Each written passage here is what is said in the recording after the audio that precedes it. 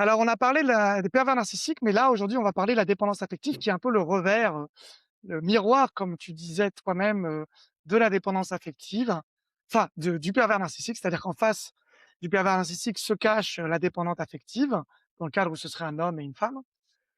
Alors, on va parler de qu'est-ce que c'est que la dépendance affective, finalement, et de comment on fait pour en sortir et d'où ça vient, pourquoi il y a des personnes, des femmes qui sont, dépendantes affectives, comment ça se manifeste. Je te laisse nous présenter ce sujet.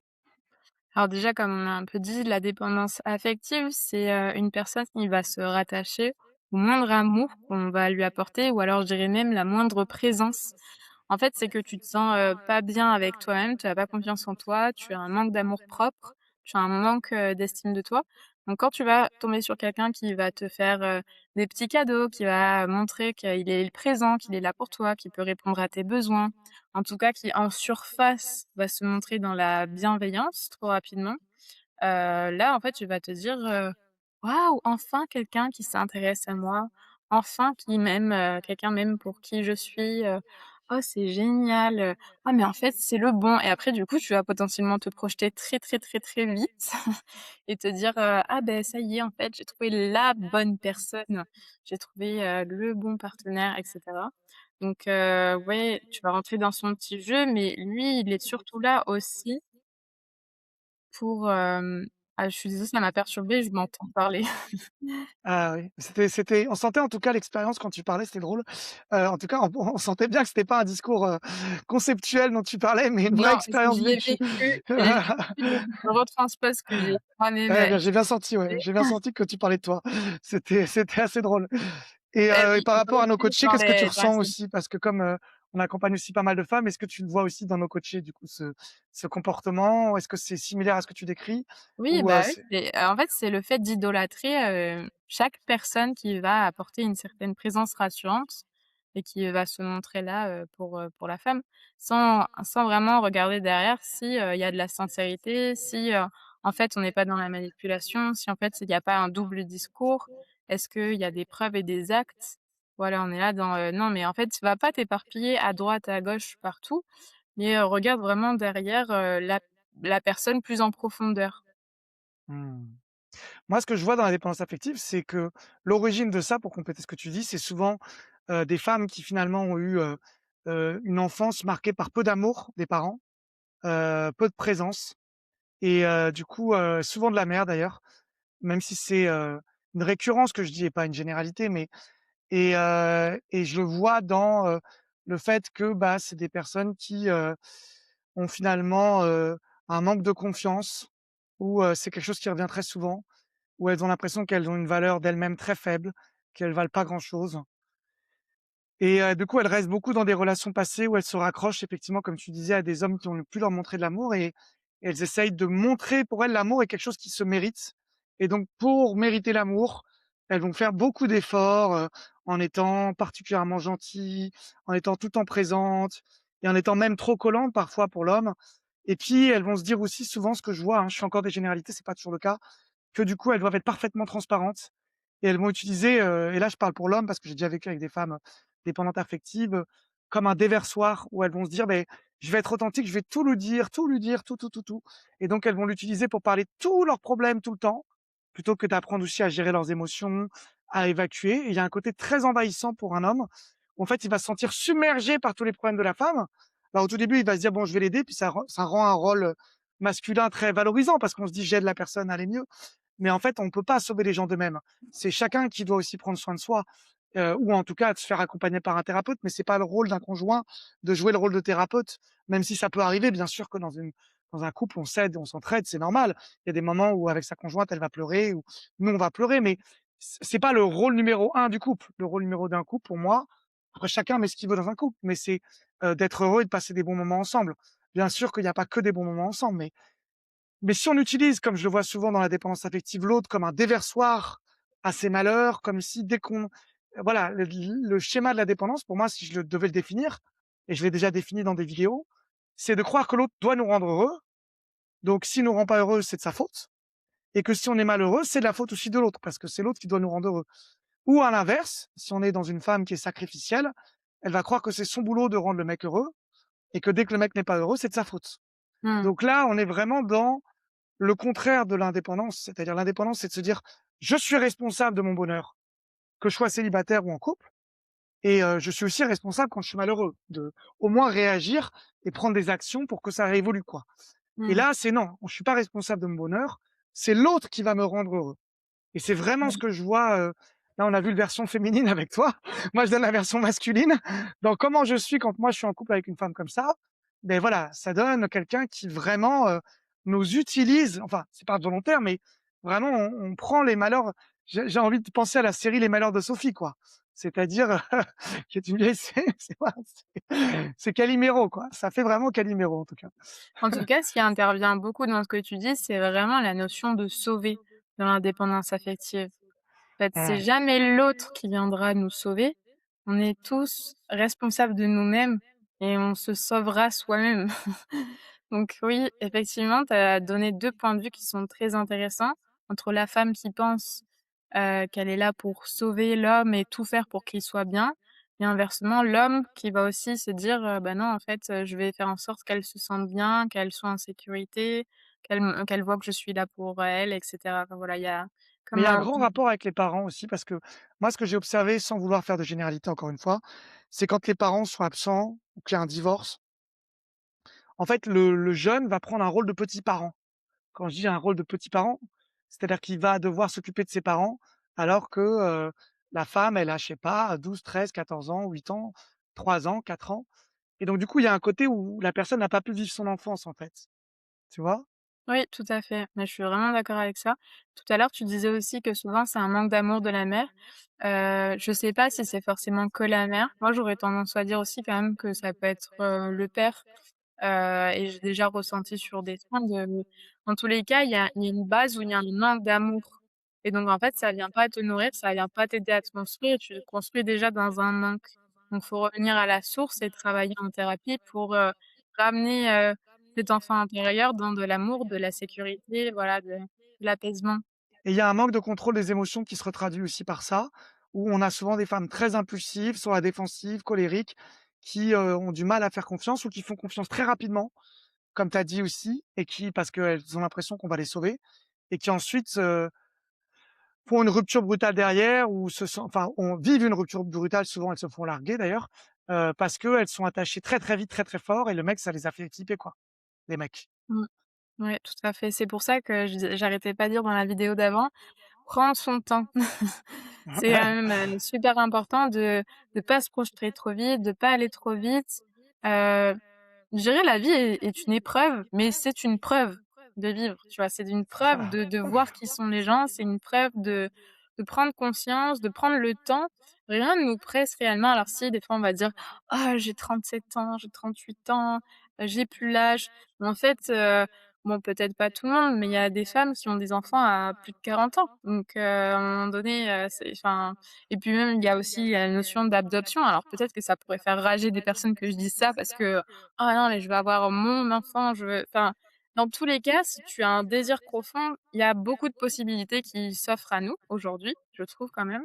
Donc en fait, prendre son temps, ça reste quand même, très important pour construire quelque chose de sain et vaut mieux prendre son temps et limite être un peu en retard ou alors construire ses projets plus tard que à vouloir aller trop vite et s'engager avec des personnes qui ne valent pas le coup. Donc c'est pour ça que prendre son temps est important, je trouve. Moi, pour moi, je ferais le parallèle entre le faire et l'être, dans l'accomplissement ou l'épanouissement. Souvent, les gens qui sont trop à l'extérieur et souvent c'est le démarrage du coaching, elles cherchent: «Qu'est-ce que je dois faire? Qu'est-ce que je dois dire?» et en fait, le travail, il est d'abord intérieur. C'est d'abord comment moi je me sens bien avant de rencontrer quelqu'un et Ouais. après ça peut aller très vite, hein, d'aller bien. Nous, en 3 mois, on fait le travail comme il faut et dès le premier mois, on va déjà libérer pas mal, voire 80 même si on se libère pas à 100 des traumas ou des blessures. Par contre, ce travail-là est primordial et indispensable pour moi parce que même si on peut bien sûr retrouver un nouveau copain, bah, c'est pas une relation qui va être stable parce qu'il y a un travail de fond qui n'a pas été fait. Je voulais aussi rebondir sur une femme que j'ai eue hier au téléphone, qui en fait était un peu à l'opposé puisqu'on parlait des pervers narcissiques versus, dépendance affective et comme on faisait le lien avec les parents, bah, elle avait des parents extrêmement, aimants. Elle était fille unique et je la trouvais extrêmement agressive D'ailleurs, on n'a pas démarré le coaching ensemble et je tiens à vous dire, ne postulez pas pour faire du coaching avec nous si vous pensez que c'est juste la faute des hommes, que vous avez rien à faire, que vous avez déjà tout compris, et cetera. Parce qu'elle était dans ce discours-là et à un moment donné, je me suis dit: «Tiens», en faisant aussi encore un raccourci, c'est quand même marrant qu'elle me dise: «J'ai eu 2 parents extrêmement aimants», parce qu'au tout début, je me suis dit: «Qu'est-ce qui fait qu'à 44 ans, elle a jamais réussi à construire?» Et quand elle me dit ça, je me suis dit: «Ça peut venir comme souvent de l'enfance ou des choses comme ça» et elle me dit: «Non, j'ai 2 parents aimants qui m'ont toujours chouchouté, qui ont toujours été présents pour moi» et je me suis dit: «Tiens, là, on est dans le profil un peu opposé de la nana qui, en fait, considère que les hommes doivent être à son service», puisque c'était le cas, qu'en fait, quand un homme fait pas ce qu'elle veut, bah, c'est un con et qu'il aille se faire foutre. Excusez-moi du vocabulaire et donc elle était vraiment dans enfin moi personnellement en tant qu'homme, je me dis: «Mais je pourrais pas me mettre avec une femme comme ça, quoi». Alors moi, je vais rebondir sur ce que tu dis parce que, je l'ai déjà vu. Penser qu'on a reçu de l'amour, c'est pas forcément la vérité dans le sens où c'est pas parce que je pense que j'ai reçu de l'amour que j'ai reçu de l'amour. Tu vois ce que je veux Ouais, te dire? Et en ouais. fait, peut avoir ce discours intérieur: «Oh mais on a pris soin de moi. Oh mais non, mais en fait, ça se passait bien». Non mais en fait, dans le fond, si, les parents eux-mêmes, n'arrivent pas à s'apporter de l'amour, comment ils peuvent, hem plus, foncièrement, mais vraiment profondément, apporter de l'amour à leur enfant. Tu vois ce que je veux te dire dans ce sens-là? C'est plus le côté, bah, oui, pourtant ils étaient présents. Et c'est pas parce qu'ils sont présents qu'il y a pas des manques quand même, des transferts. Et là, on va rentrer vraiment sur le côté plus transgénérationnel, mais je le vois bien des fois sur certains soins, en fait, on pense que ça va, ça allait, mais en fait non, derrière c'est on peut aller plus loin, tu vois? Le corps, il en demande plus, le corps, il a Oui, mais besoin de justement, plus. elle était dans cette approche aussi, mais alors là, c'est pas lié forcément à son enfance. C'est lié aussi à un manque d'introspection et de remise en question. Il y avait un côté enfant roi, mais qui pouvait peut-être cacher un manque d'amour, parce que c'est pas parce que les parents chouchoutent que, ils créent pas des insécurités aussi d'une autre manière. Mais il y avait aussi ce côté où, si tu veux, elle était pas forcément dans la remise en question, quoi. Donc c'est-à-dire que là, pour moi, c'est une question de maturité et là, je le dis aussi pour ceux qui voudraient travailler sur eux, c'est que le coach, comme, le conjoint d'ailleurs, c'est pareil, n'est pas un gourou, n'est pas quelqu'un qui va vous sauver. Donc, moi, je supporte mal aujourd'hui et je le dis avec bienveillance, parce que je suis sûr qu'elle pourrait se faire accompagner par des gens, de coacher des gens à être coachables. Et quand je dis coacher des gens à être coachables, c'est votre capacité déjà à accepter de vous remettre en question, à faire de l'introspection, à reconnaître qu'il y a un travail de fond. Et après, je peux très bien comprendre aussi, Alexandra, que peut-être que cette femme, c'est simplement un bouclier, qu'elle a envie de se protéger, qu'elle a pas envie d'être vulnérable et qu'elle a envie de dire un truc du Ouais. style: tout va Je fais une bien». différence avec ce que tu dis dans le sens où, c'est OK de pas accompagner des gens qui ne sont pas, ouverts d'esprit et pas prêts à changer. Mais en fait, ce que je voulais te dire, moi, c'est plus le fait c'est pas parce qu'elle pense avoir reçu de l'amour qu'elle en a vraiment reçu. Après, je te dis pas, faut la prendre quand même. Je te dis juste que des fois, on a une croyance, on a une pensée qui, en fait, est peut-être pas la réalité. Si on compare notre niveau à quelqu'un, peut-être que regarde, tu penses avoir reçu de l'amour, mais tu es à 30 et en fait, quelqu'un d'autre aura 70. Tu vois? C'est ça le côté, en fait. C'est je pense avoir reçu, mais en fait, peut-être derrière, il y a des manques, comme tu disais. Mais pour autant, si on tombe sur quelqu'un qui n'écoute pas, n'arrive pas à se remettre en question, qui n'est pas dans l'ouverture d'esprit, voilà. De toute façon, quand tu es pas prêt à changer, tu es pas prêt à Alors changer je et sais c pas, attends, je vais quand même mettre de la nuance. Je sais pas si c'est qu'elle est pas ouverte d'esprit ou c'est juste que là, au moment T, elle avait trop d'ego pour une raison X, Y. Parce que je voudrais pas mettre une étiquette quand même trop vite sur quelqu'un. oui, Mais en tout cas, elle était dans une position défensive en mode, «J'ai juste besoin d'un petit conseil rapide» et cetera et cetera. Et elle m'a dit un truc qui m'a marqué.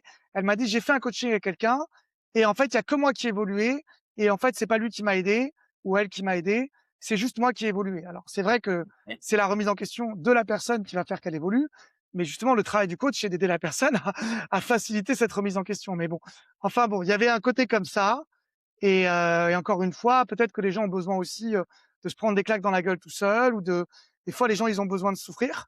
Par contre, ça m'amène sur une question qui est un peu à l'opposé, tu vois? Encore une fois, pour rester dans notre sujet pervers narcissique, dépendance affective.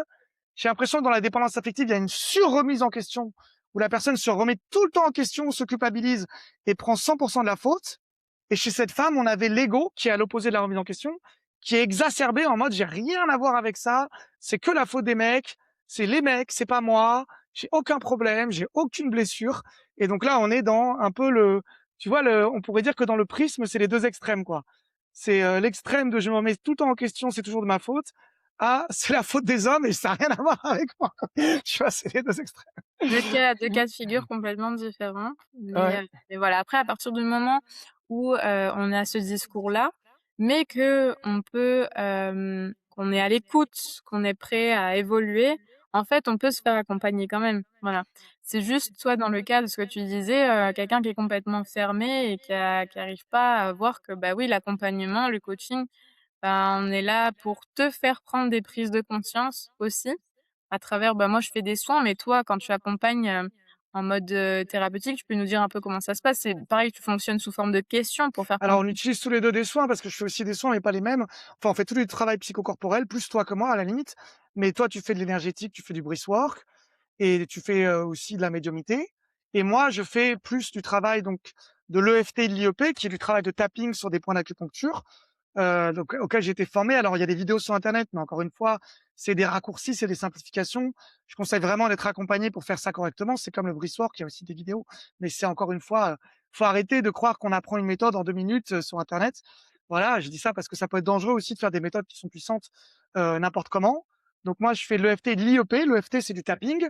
L'IEP, c'est plus Intention Emotional Protocol, donc c'est des protocoles d'intention avec des affirmations positives liées à l'hypnose, où on fait du tapping avec des affirmations positives mmh, ciblées, ou sur le corps, ou sur l'esprit, ou sur les pensées.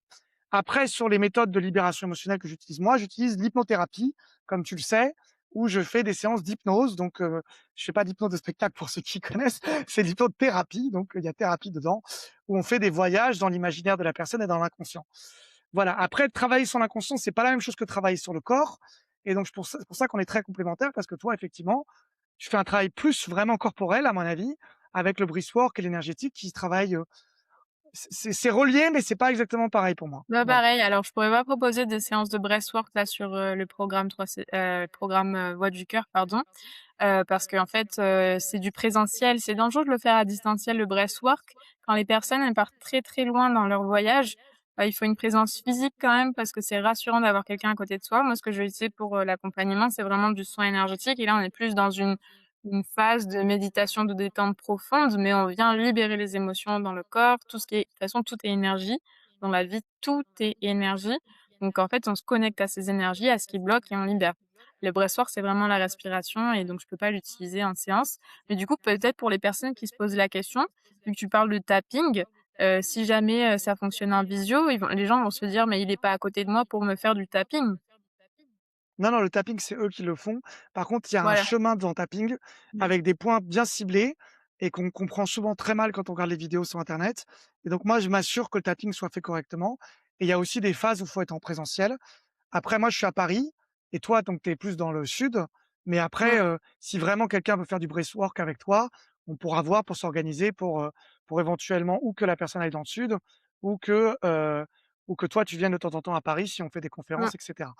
Maintenant, si on Exactement. revient sur notre sujet de la dépendance affective, tous ces outils sont utiles certainement pour la dépendance affective, mais dans notre programme, plus spécifiquement dans le programme La Voix du cœur, qu'est-ce qu'on propose pour sortir de la dépendance affective, en fait? En fait, c'est notre accompagnement sur 3 mois. Donc en fait, sur le mois 1, on va venir, guérir, les émotions, guérir ce qui s'est passé pour la personne, les traumas, les blocages, voilà, on va venir, s'occuper et prendre soin de la personne en question.